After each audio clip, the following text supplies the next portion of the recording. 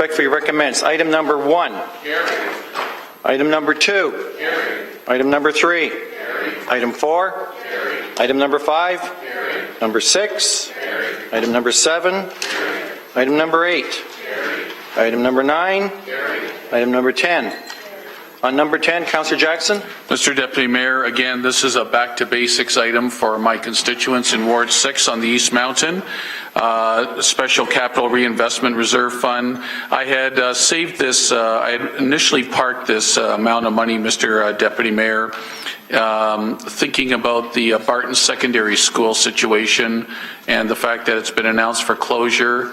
And I had promised the community in the Bearsfield neighborhood, some of the community leaders that I had met with over the last few years since the high school review, that I would be there on standby for them in the event that the school closed. We've been able to buy a bit of a reprieve. As you know, Barton will stay open in some form fashion for at least another 2.5 years till the summer of 16.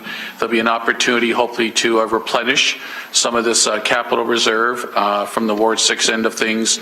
So, Mr. Deputy Mayor, these two neighborhoods of the Bearsfield neighborhood and the Sherwood neighborhood that need some basic asset renewal, and we heard at committee the other day, Mr. Deputy Mayor, if you could believe it, our asset renewal fund has $0 in it, and this is one of those wonderful capital renewal funds where instead of just ripping up an entire road to do full reconstruction of roads, sidewalks, sewer, and water mains, this has been a great program through Director Gary Moore and people like Rick Andoga and staff, John Murray, that have for several years put in place where there's sections of a road that need to be repaved, redone, where there's sections of a sidewalk that are damaged and in bad condition, replace those, stretch out the dollars as much as possible, and be able to do more and save taxpayers money and inconvenience without unnecessarily having to rip up a road. So within the Bearsfield neighborhood, which is the Barton Secondary School neighborhood,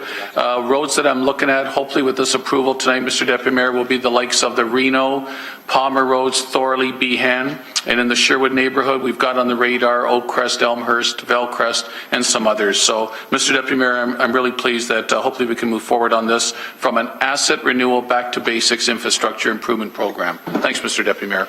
Thank you, Councillor Jackson. On number 10? Number 11? Number 12? Number 13? 13? Yes, Mr. Chairman. Councillor Ferguson.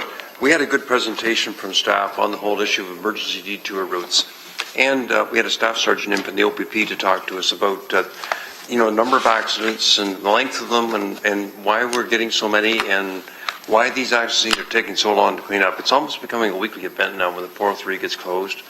And that causes terrible inconvenience to the motoring public, let alone the wear and tear on whether it's Longwood Road or Dundurn or York or Wilson or Garner, that we need an emergency detour route. And you can see here that we supported the staff recommendation for the 403 for the emergency detour route around the 403.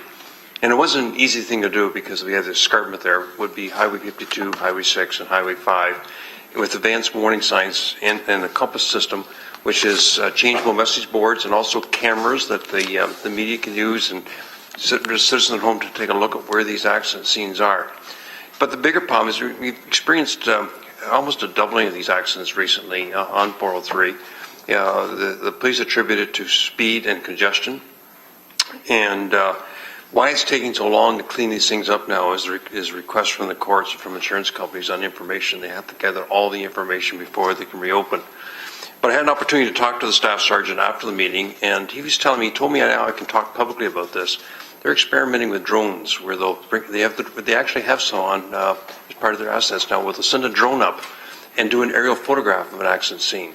So rather than have to do measurements with survey equipment on the ground for skid marks and locations, and they can do this from aerial photographs now and actually reduce significantly the amount of time that the road has to remain closed in order to gather evidence. It can be done from aerial photographs from these drones that they would bring to the site, put up in the air, and then do an aerial photograph on it, which is pretty neat. And it's emerging technology. And, from my perspective, I really encourage them to move forward with this emerging technology.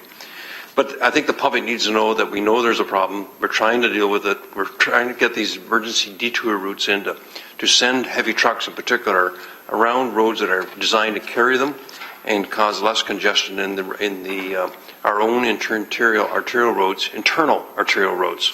So it was a very interesting presentation. I think it was David Ferguson from the Public Works Department had a lot of preparation done.